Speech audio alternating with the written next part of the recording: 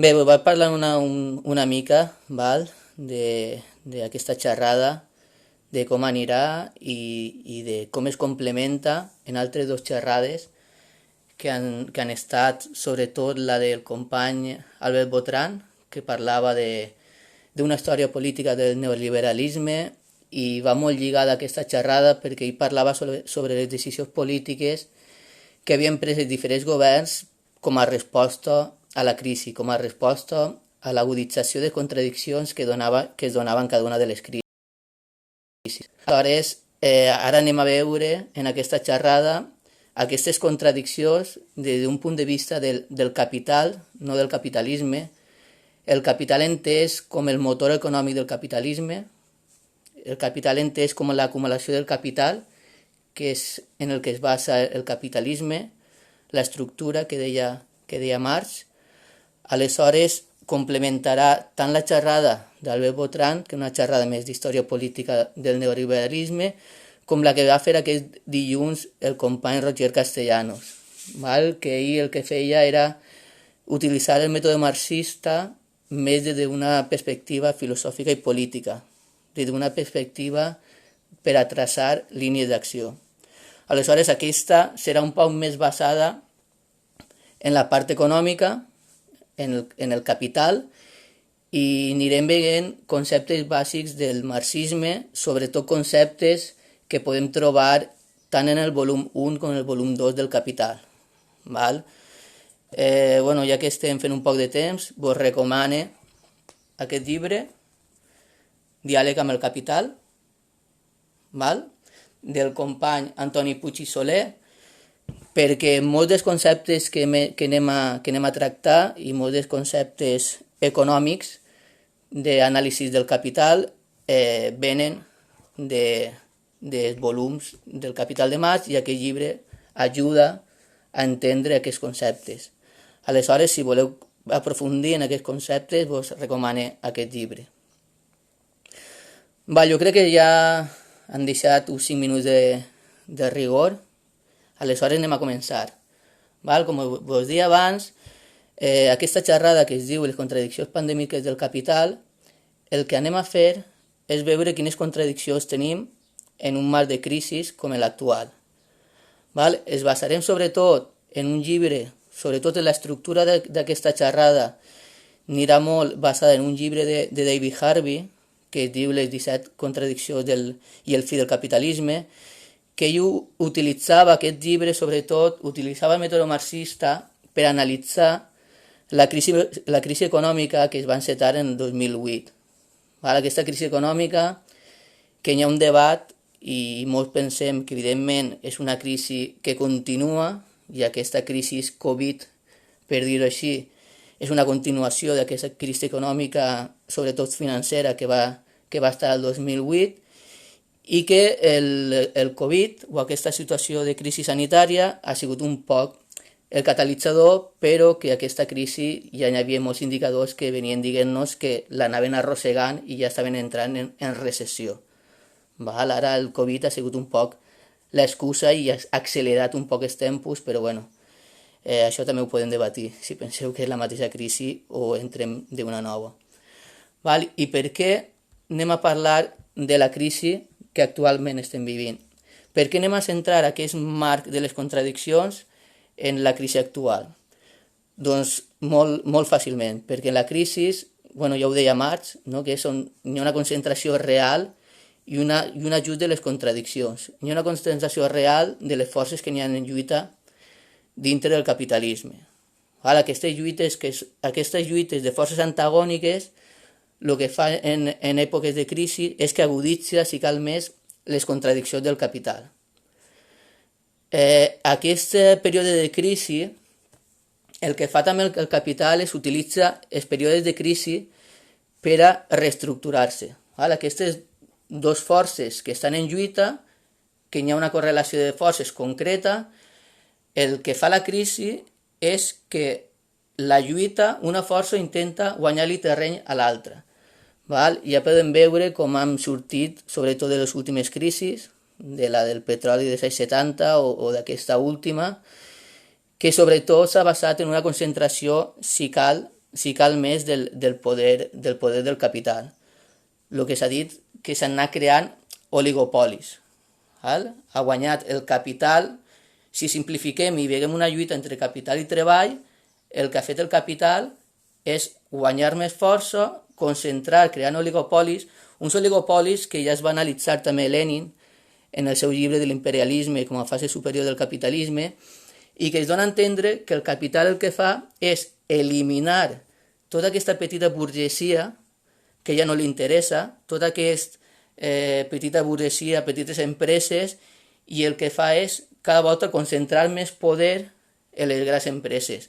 A veure, no cal dir IBEX 35, tot el que ha passat en les caixes d'estalvi, de com els grans bancs el que han anat fent és acumular gran poder a costa de, per una banda, evidentment, del treballador i de les treballadores, i per altra banda, d'aquestes petites empreses que el que fa la crisi és proletaritzar a la petita burgesia i descapitalitzar aquestes empreses en benefici d'un capital global. Evidentment, hem vist la correlació de forces entre el capital i el treball. Podem valorar tot el tema de les diferents reformes laborals que s'han anat donant i com ha sigut tota la resposta que s'està donant d'aquestes contradiccions entre capital i treball, de com aquesta crisi el que ha fet és empitjorar la vida, les condicions laborals de les treballadores en benefici del capital, en benefici dels interessos privats, en benefici de l'acumulació de capital. Evidentment, el capitalisme o el capital, les crisis que té, van pràcticament enllaçades. O sigui, la solució o la resposta que es dona a una crisi sol ser l'arrel de la següent. I m'explique. Conforme va sortir en la crisi del petroli dels anys 70, que va ser que es va desregularitzar i sobretot es va perdre el patró or amb els diners, es van començar a treballar en uns diners ficticis que donava que l'acumulació de capital poguera ser exponencial i limitada, és el que després va detonar la crisi del 2008. No sé si se'n recordeu que va ser una crisi molt d'arrel financera, va ser una crisi econòmica, però va ser molt basada en l'arrel aquesta dels diners ficticis. Aleshores, per no allargar-me molt, perquè si no no donarà temps a parlar de totes les contradiccions, en la crisi s'agudixen les contradiccions i veiem com es van situant les diferents forces en lluita. Val? Hem vist entre capital i treball, hem vist com el capital, ara mateix, si ens centrem ja en la situació actual, en el marc de crisi actual, com està fent ja d'un lobby improductiu de cada govern, com està pressionant per a que els treballadors i les treballadores de sectors no essencials tornen a la feina, per sobre inclús de la seva pròpia vida, i com el treball és qui està donant la cara i qui està mantenint les condicions mínimes i essencials per a defensar la vida, com està protegint la vida. O sigui, ja anirem veient-ho a poc, però ja veiem aquestes dues línies de com actua el capital, de com actua el capitalista, com actua el lobby empresarial i com actuen els treballadors i les treballadores defensant i curant la vida. Bertolt Brecht es deia que l'esperança està present en les contradiccions. Aleshores, si en una crisi s'agudixen les contradiccions, també en la crisi és com una finestra, una porta d'oportunitats per a que pugui haver un canvi revolucionari, per a que puguen haver transformacions, evidentment, com això que hem dit, que es modifica la correlació de poders, també poden haver transformacions que no beneficien a la classe treballadora, sinó, com en aquesta última crisi, que estiguen al favor del capital. Aleshores, per poder valorar bé la resposta que se li ha de donar a la crisi i com funcionen aquestes contradiccions, anem a començar a desgranar un poc les contradiccions, continua i repeteix, per a qui no estava, les contradiccions basades en una estructura que jo veig molt interessant que era la de David Harvey, de les 17 contradiccions. Val? Aquest llibre també està en PDF a internet, almenys la seva versió en castellà, i s'ho podeu descarregar, i si vos interessa, la veritat que se n'aprèn molt. Aleshores anem a passar a la primera contradicció, que és la contradicció entre valor d'ús i valor de canvi. Val? Això són uns termes marxistes que ixen en el Capital, i es va dir que la mercaderia té dos valors. Un, que és el valor d'ús, que és el valor que té a l'hora de solventar, de cobrir una necessitat. Si agafem l'exemple de la vivenda, el seu valor d'ús seria que la gent pugui viure, que quan faci fred no tinga fred, que quan plogui no es banye i que pugui tindre una vida digna dintre de la vivenda. Per l'altra banda està el valor de canvi. El valor de canvi, com bé diu el nou, és la relació que n'hi ha entre dos productes o la relació que n'hi ha entre els productes. Marx deia que aquest valor de canvi s'hauria de calcular en el treball social que tenia cada un dels productes. Val? En què costava en hores de treball social cada producte i després que es puguen equiparar. Val? Què passa? Que aquest valor de canvi ja no depèn de la necessitat que cobreix. Per una banda depèn, o hauria de dependre, del treball social que n'hi ha dintre del producte, però el problema és quan entra ja el benefici de la burgesia, el benefici de l'empresari, i molt més encara quan aquest valor de canvi té una expressió fictícia i fetichista, que és el preu, i dona per a l'especulació. Evidentment, entren altres factors que pot donar que aquest valor de canvi es dispare, com pugui ser la facilitat de deute, com pugui ser devaluar la moneda. Hi ha molts factors que poden intervenir en aquest valor de canvi i el pot fer fluctuar. En canvi, el valor d'ús és algo molt més concret i és una necessitat que realment es fa que les persones puguen viure i puguen anar cobrint aquesta necessitat mitjançant el treball social. Així, l'exemple ben clar el tenim en la vivenda. No sé si recordeu aquesta frase de la plataforma d'afectats per la hipoteca, no? De gent sense cases i cases sense gent. Clar, si el valor de canvi, si el preu no té una demanda efectiva, no té persones que ho poden pagar, clar, és tan malèfic aquesta dinàmica de funcionament, però és una realitat. Prefereixen que la vivenda no tinga el seu valor d'ús, prefereixen que la vivenda estiga buida per poder-ne especular, abans que hi hagi persones que sí que tenen aquesta necessitat de la vivenda que puguen cobrir aquesta necessitat. Això s'aguditza molt més, perquè també ara és una paradoxa que es diuen que, clar, la gent s'ha d'estar confinats a casa, que imagine que tots i totes estareu confinades a casa, però clar, i la gent que no té casa, la gent que no té vivenda, com es va confinar? O sigui, aquest valor d'ús, que a més de garantir la vida en aquests moments de crisi sanitària és fonamental, el valor de canvi el que fa és que es perga aquest valor d'ús, que estiga desaprofitat. No sé si m'he explicat. Després, quan acabe, intentaré rebre preguntes, suggeriments i reflexions i intentaré, si no ha quedat algo molt clar, tornar-ho a explicar.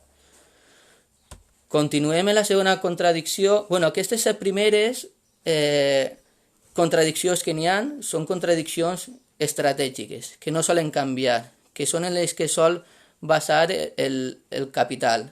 Després parlarem d'unes que són canviants i d'unes que ja són les contradiccions perilloses, que ja veurem com poden afectar el capital.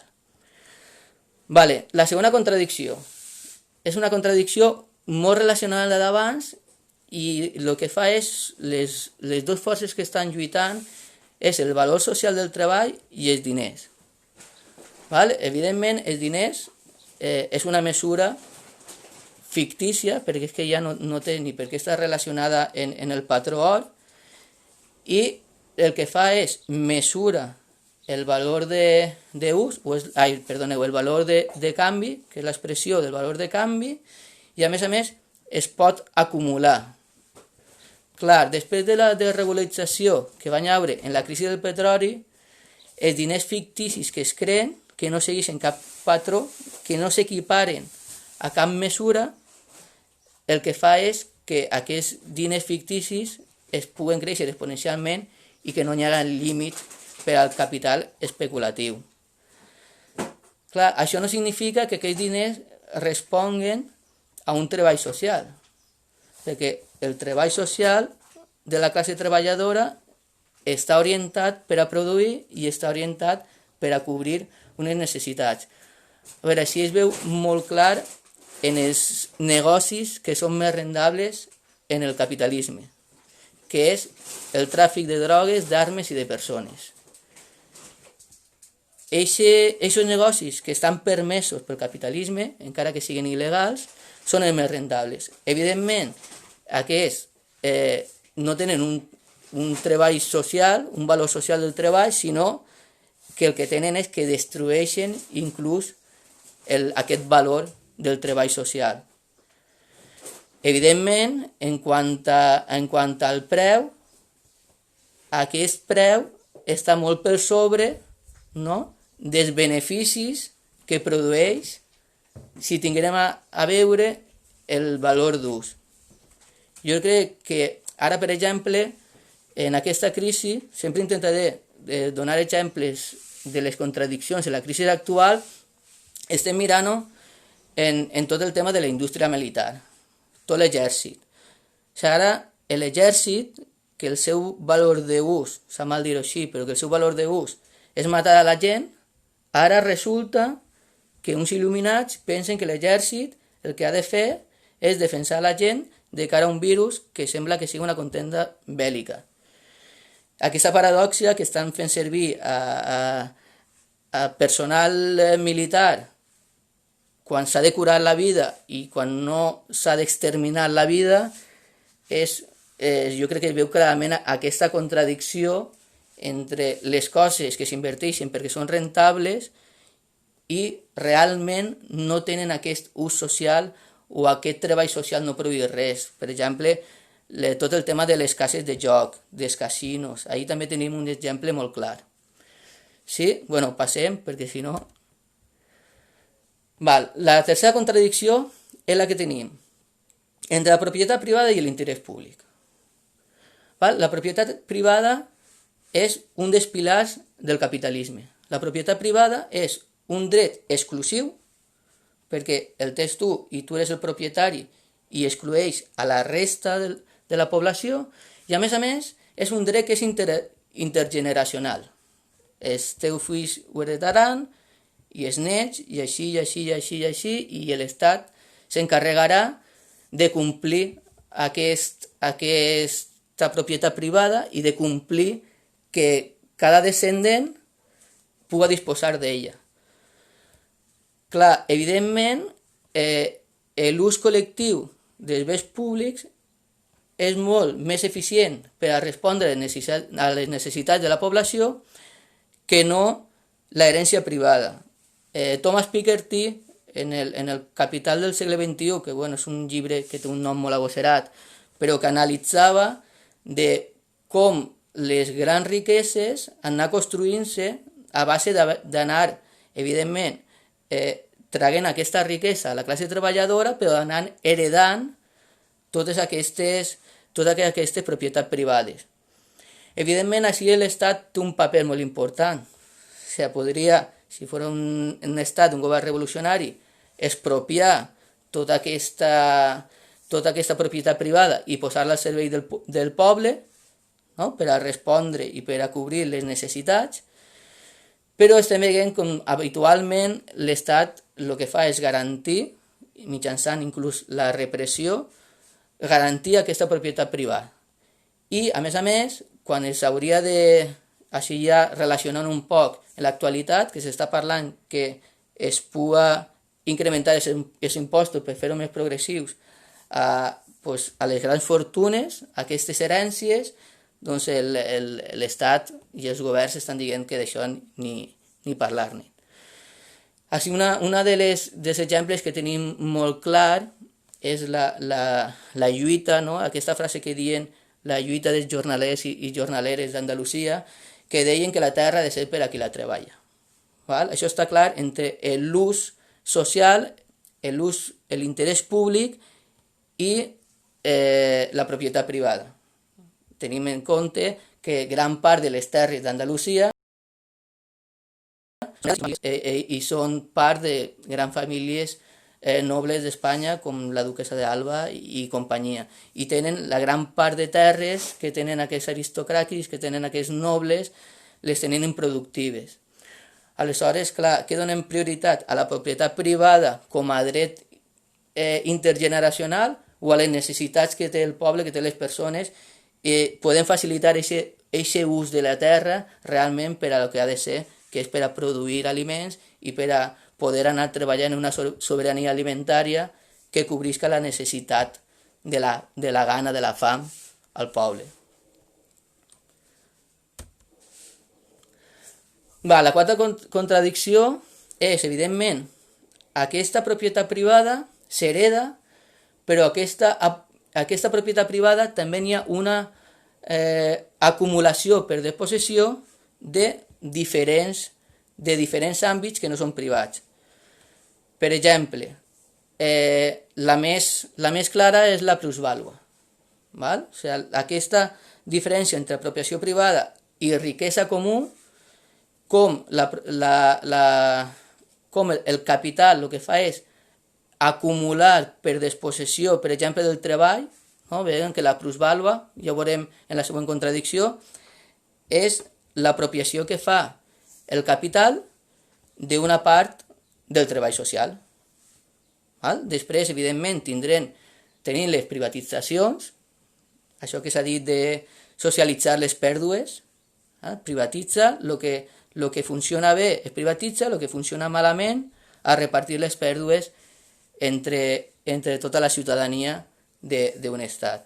Evidentment, la privatització que es fa del medi natural, de l'aigua, de la terra, inclús n'hi ha bons per contaminar. O sigui, això ja és tremendo, es mercantilitza tot el que poden.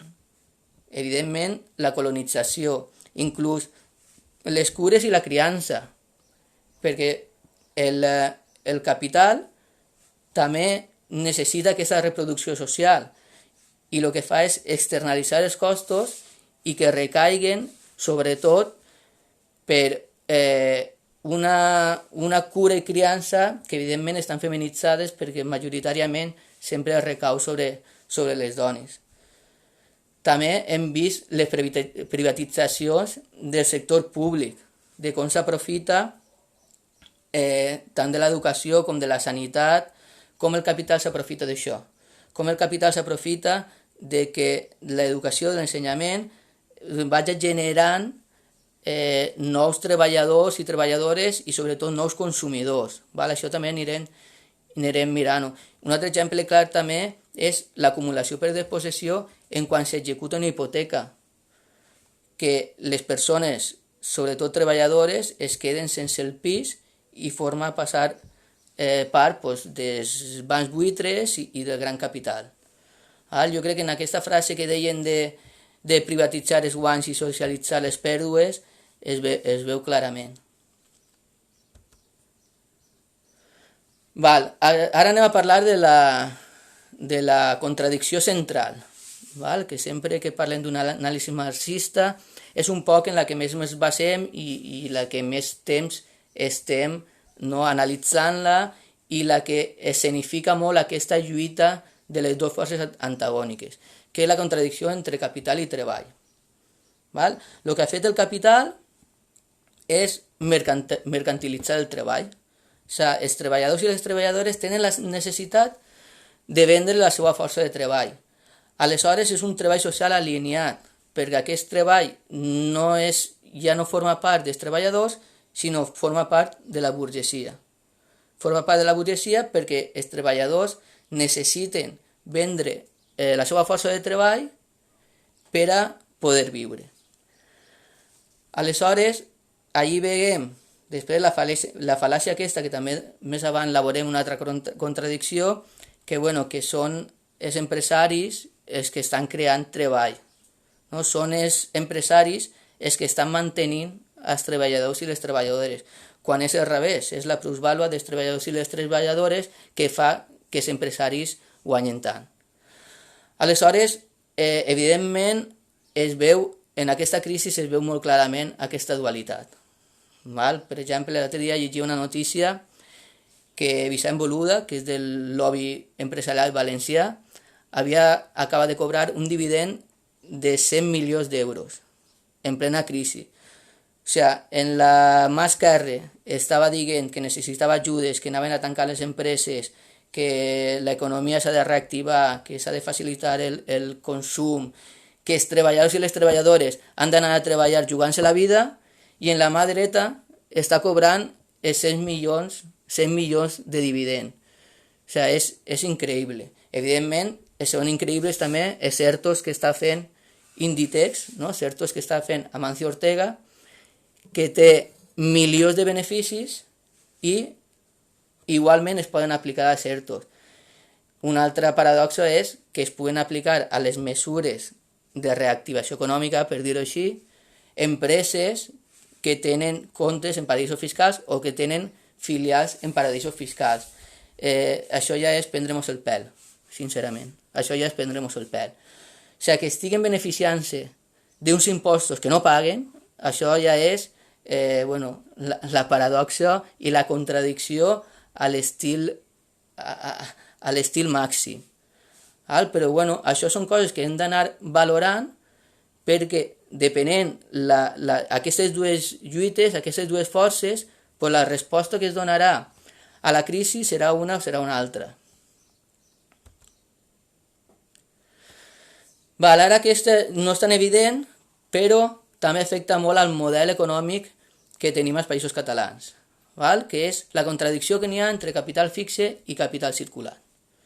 El capital circulant és fàcil. Per acumular capital, el capital necessita que hi hagi un flux continu de productes, necessita que tant la producció com el consum siga el més ràpid possible. Quan la producció i el consum ha de ser el més ràpid possible, per exemple, utilitzen mesures com l'obsolescència programada, no? Que algo es trenca ràpid per a que tu tinguis que consumir.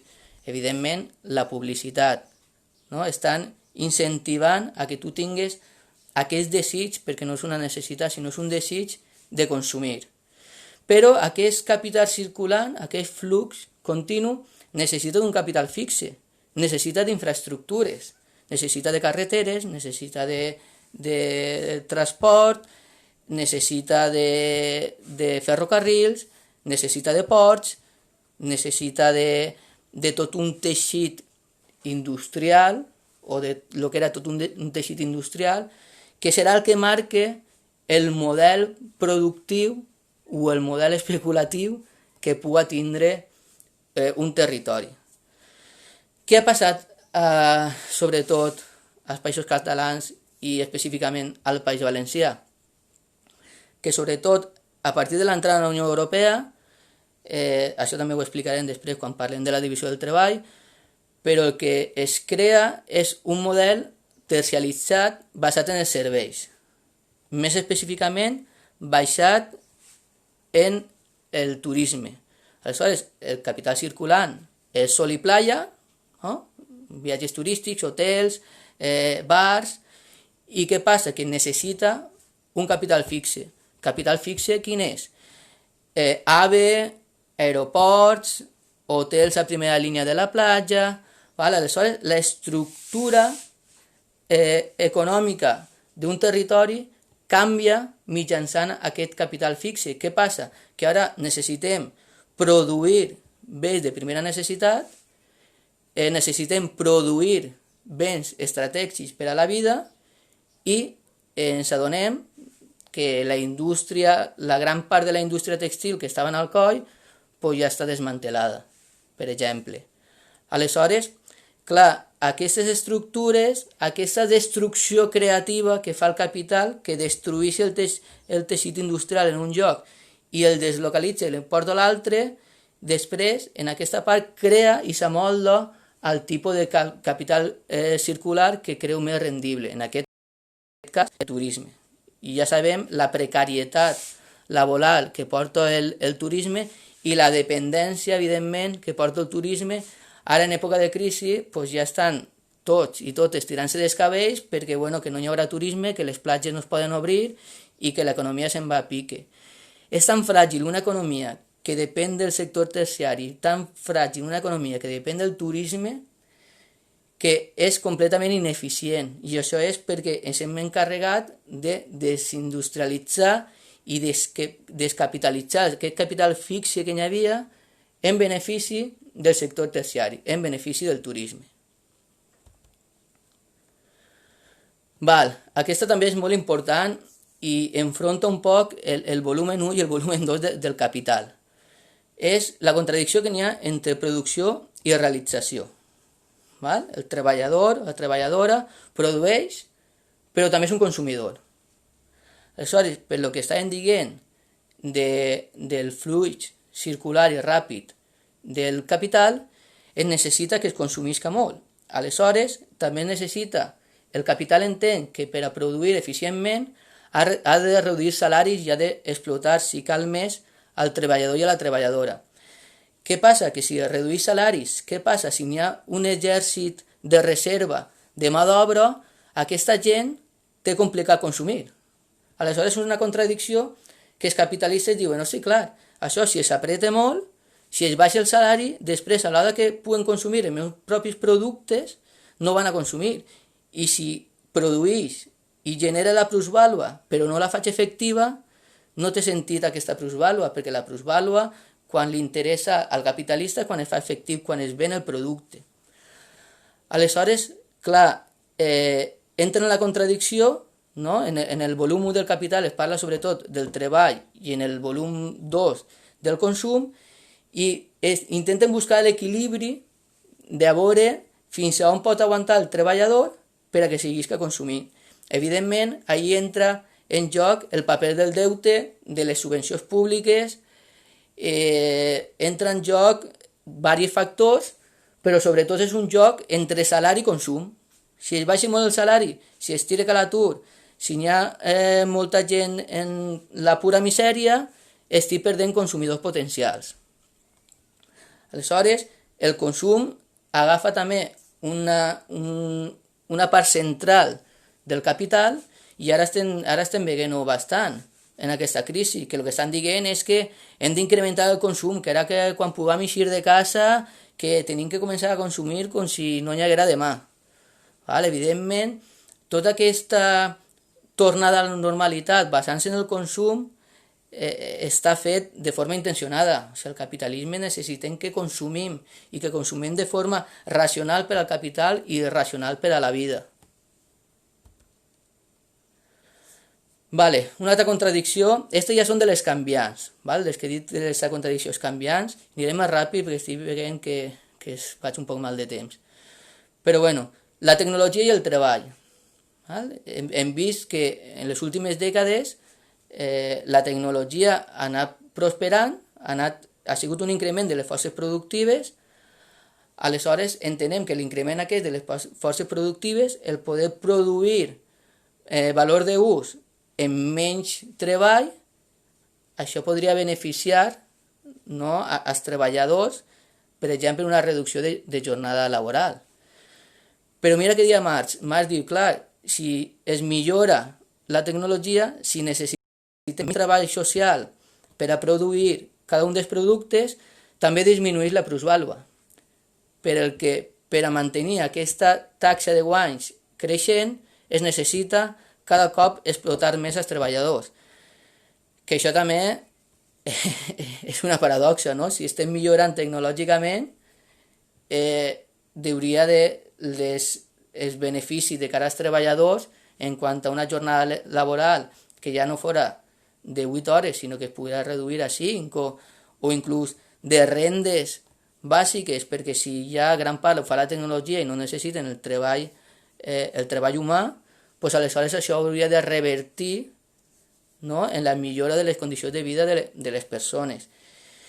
I estem veient que no, estem veient que a més aquesta tecnologia s'utilitza per una banda per explotar els treballadors, per una banda, clar, aquesta tecnologia el que fa que accelera molt la producció.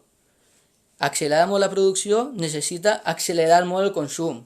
Pues des de guerres, obsolescència programada, necessiten destruir productes perquè produeixen a tal velocitat que necessiten que aquests productes que es produeixen vagin cada cop consumint-se més ràpidament.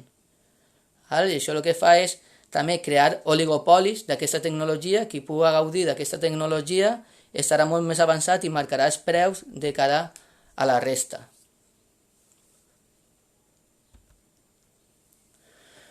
La divisió del treball. En la divisió del treball veiem que hi ha una divisió tècnica i social, la divisió del procés per tasques, que això era la típica historieta de l'agulla d'Adam Smith, no? Que si l'agulla es fa en diferents llocs i s'especialitza cada una de les persones en fer una part, serà molt més eficient a l'hora de fer aquesta agulla. Això el que fa realment és una alineació del producte. El treballador o la treballadora no té la possessió de tot el producte, no veu tota la producció de tot un producte, sinó d'una petita part. Jo crec que això, la imatge que millor ho explica és aquest de test moderns de Chaplin, no? Que ells enroscant una torqueta, tan. O sigui, el que fa és denigrar el treballador fent que tinguen que les tasques siguin cada volta més simples, cada volta més rutinàries i que siguin una petita part del procés de producció d'un producte. Això per una banda. Per l'altra banda, evidentment, també trobem la divisió internacional del treball, el que estava parlant abans.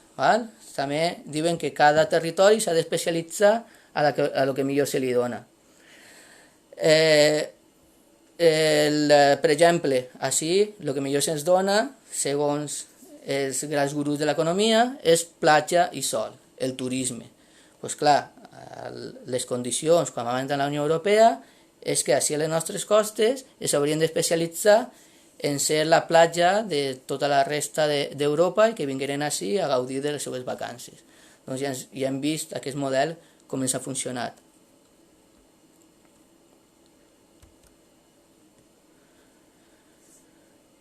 El monopoli i la competència.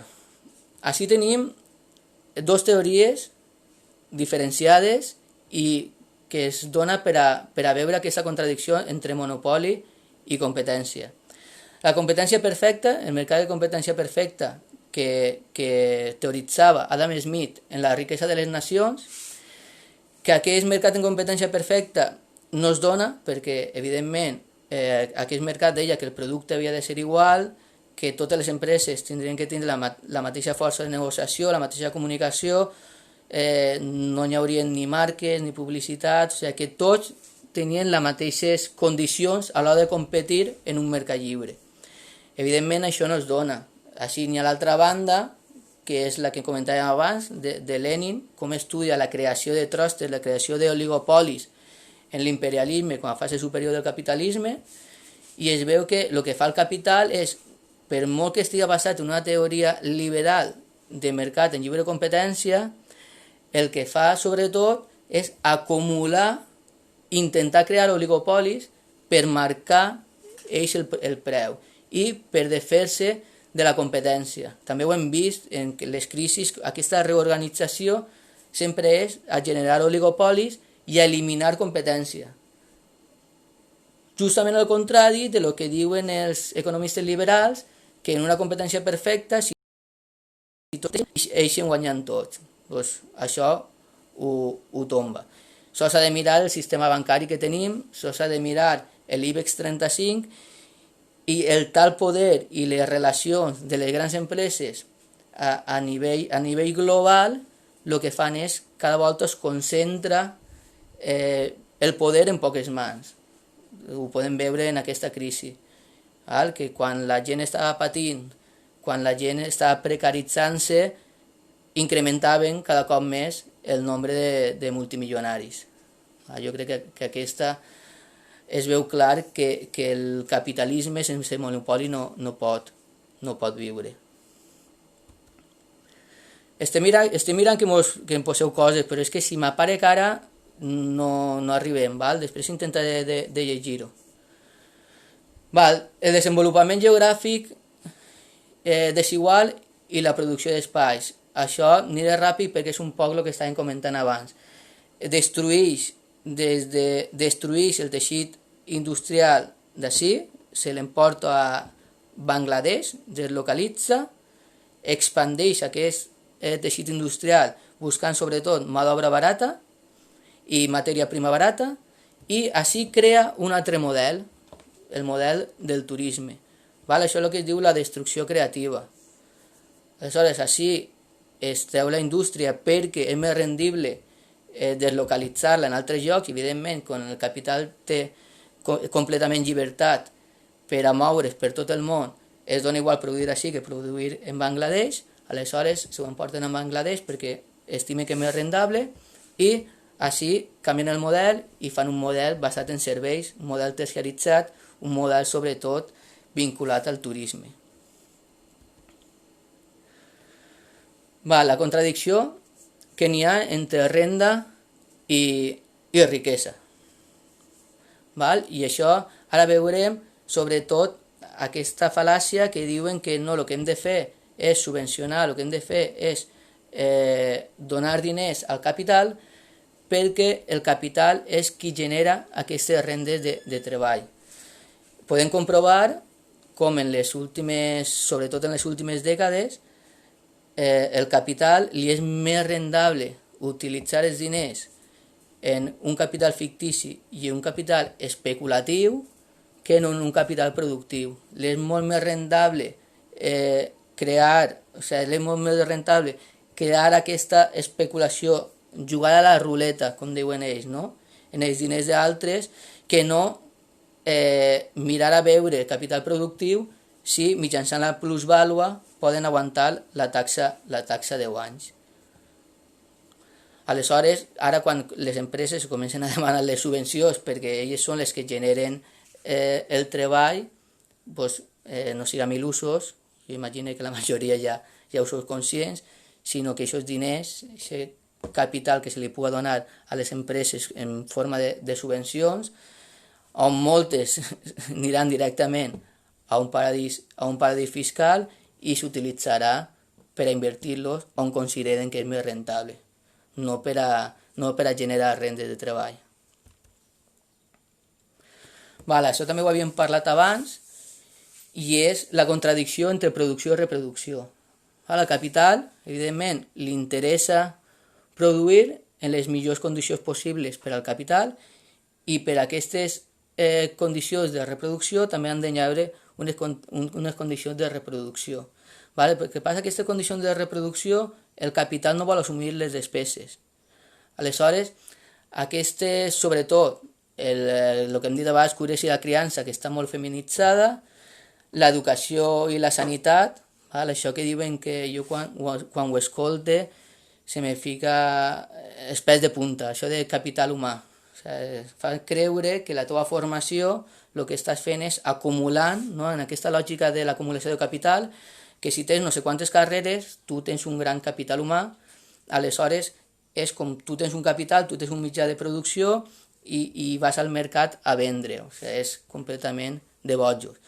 Tot aquest ensenyament, evidentment, les despeses les assumeix l'Estat, el capital analitza el que dèiem abans, fins a quin punt li interessa que els treballadors i les treballadores estiguin formades, perquè clar, si hem dit abans que en la divisió del treball el que fa és fer activitats supersimples en la cadena de muntatge o en la cadena de producció, aleshores fins a quin punt li serveix que aquests treballadors i treballadores estiguin formats i que puguen ser conscients de la seva pressió.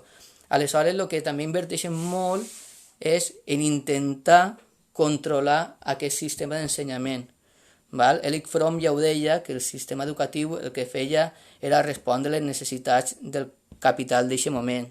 pues ja sabem el mètode fordista, en les aules es posaven pràcticament igual com els treballadors, anava molt relacionat a que tu, per una banda, generes mà d'obra per a un sistema en concret i per altra banda estigués generant consumidors per a un sistema en concret. Aleshores, aquesta relació entre producció i reproducció també entra en contradicció, no? Quina reproducció vol el capital i quina reproducció necessitem per a tenir una vida digna. Va, que ja acabem, patiu. Un altre entre llibertat i sometiment. Això és molt graciós perquè els neoliberals sembla que siguin els grans defensors de la llibertat. Ells diuen que ells, la llibertat de mercat, que és a lo que es refereixen, però ells diuen que, clar, pues no sé, Estats Units, no? El presidente del mundo libre, sempre està en la paraula llibertat. En quan Marx deia que els treballadors, ironitzant, són lliures de controlar els mitjans de producció i són lliures de vendre la seva força de treball a un burgès o a l'altre. Clar, evidentment, no podem entendre la llibertat si n'hi ha necessitats. No? Marx també deia que la llibertat comença quan es deixen enrere les necessitats, evidentment. O sigui, tu, si no tens vivenda, què pots tenir la llibertat? D'anar-te'n a un parc o d'anar-te'n a un altre, a dormir. Clar, aquesta llibertat que intenten vendre-nos des dels espais no liberals realment és un sometiment. Someten als treballadors a vendre la seva força de treball i en una quantitat que en la lluita entre treballador i capitalista pues és una lluita desproporcionada. Val? Després ja podem valorar els sindicats i el paper que poden fer els sindicats. Però clar, el que estan dient quan parlen de llibertat dels capitalistes és llibertat per al capital, que l'Estat no pot intervenir a nivell econòmic, però sí que pot exercir una repressió i un control social, que això és molt important. Aleshores, el que està intentant vendre-nos aquesta llibertat des del capitalisme és un sotmetiment, però tampoc podem anar en un llibre en la mà, Si ara nosaltres fem una revolució i buscaren l'emancipació de la classe treballadora, també hi ha un moment, que això es descrivia evidentment en la dictadura del proletariat, que aquesta llibertat comportarà conjunturalment una opressió i un sometiment, evidentment, dels capitalistes de la burgesia, que són qui tenen les forces de producció. Són qui tenen, això en Cuba és el primer que van fer, no? Quan van haver la revolució del 59, el que va fer la revolució cubana és desposseir a tots els terratinents i a tots els que tenien els mitjans de producció per posar-los al servei del poble. O sigui, hi ha una part de sometiment, o almenys conjunturalment. Aleshores, això ara podeu dir, hosti, això com estem notant aquesta llibertat i aquest sometiment? Jo crec que en aquest període de crisi el control social és més que evident, en la justificació de la lluita contra el virus. És molt preocupant la militarització dels carrers, de les nostres ciutats, dels nostres pobles, i és molt, molt, molt preocupant tota la gent que n'hi ha al balcó fent de policies o fent de guàrdies civils o fent de guàrdies de no sé ben bé el què, però que estan fent de lo que en Colòmbia es dia de sapos, no? Estan fent, com sembla, de xivatos de la Guàrdia Civil, de si a veure aquell o si a veure l'altre, d'increpar a la gent, i estan exercint aquest control social des de la pròpia ciutadania. Això és perillosíssim. Això és perillosíssim. I a més, quan ara estem relacionant, que és també molt curiós, que la llibertat serà poder eixir de casa, no? Jo inclús estic veient amics que fan fotos de fa uns mesos i quan eren lliures, pues si la llibertat sols suposa poder eixir de casa, doncs anem a viatge.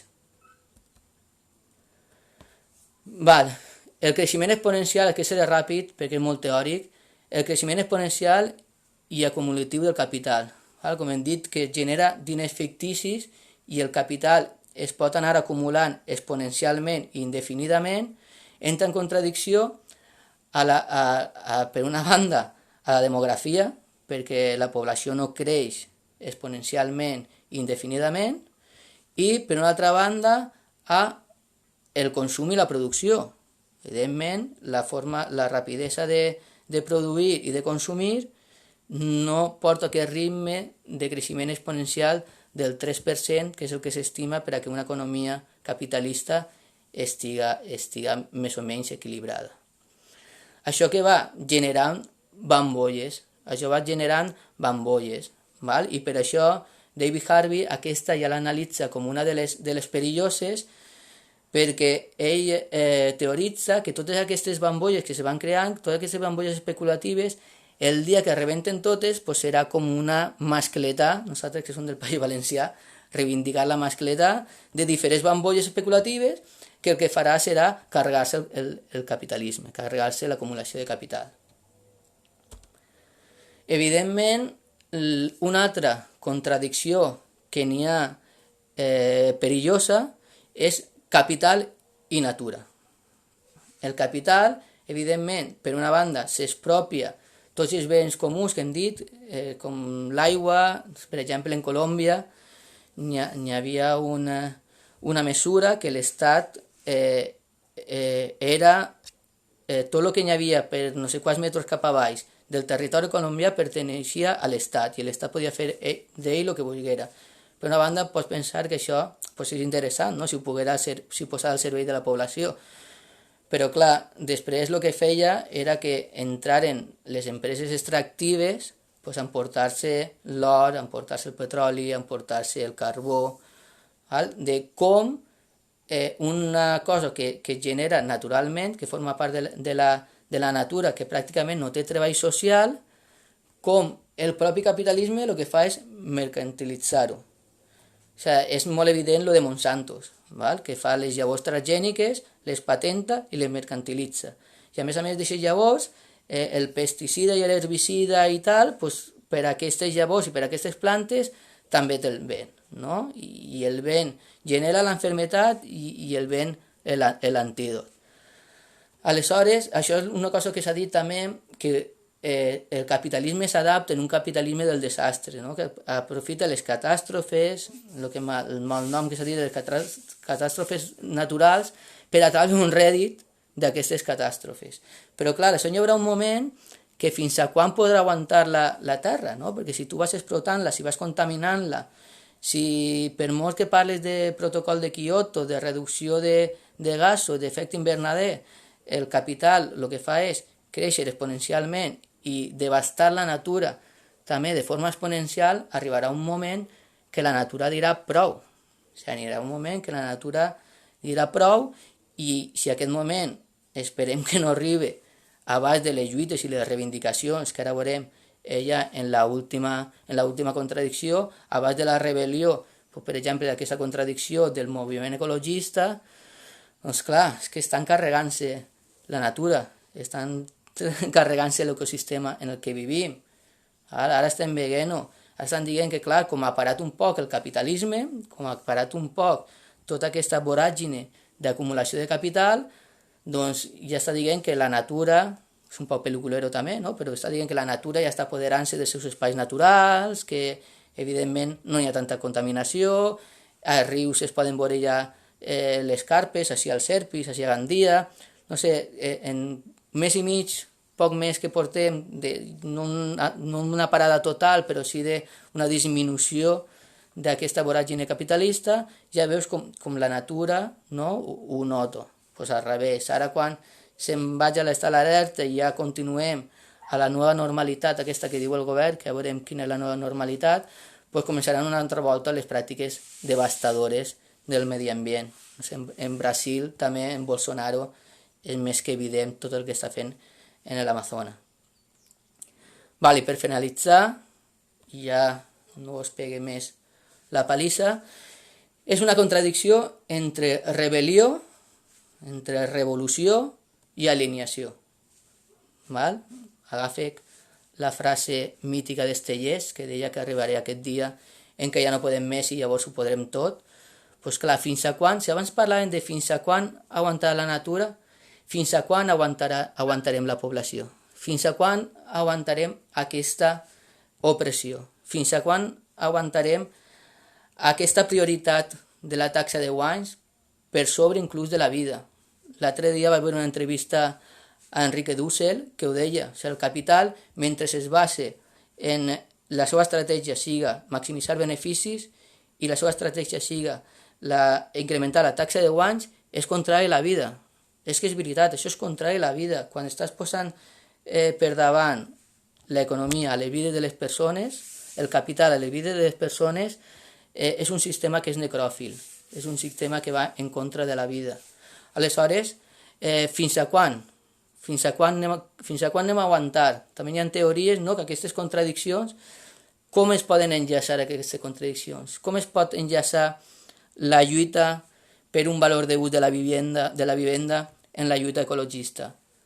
Com es poden enllaçar? Com podem fer que siguin lluites realment transformadores i revolucionàries? Clar, perquè veiem que l'alineació és molt potent. O sigui, l'alineació en quant al treball i quant al consum, el capitalisme ho té molt clar.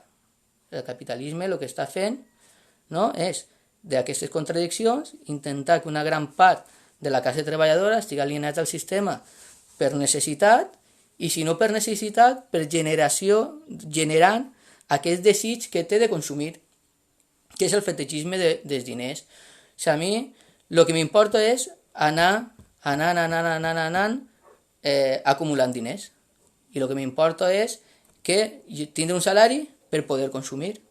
A més, si ja entra el deute i si ja entra aquest sistema financer que encara ens esclavitza més, doncs clar, el treballador o la treballadora, la forma més alineada que té és treballar i el temps que té per autorrealitzar-se, dedicar-lo a consumir. Aleshores, no tenim pràcticament temps per ser persones, som treballadors i consumidors. És completament estressant veure com la gent està aguantant i fins a quan va aguantar.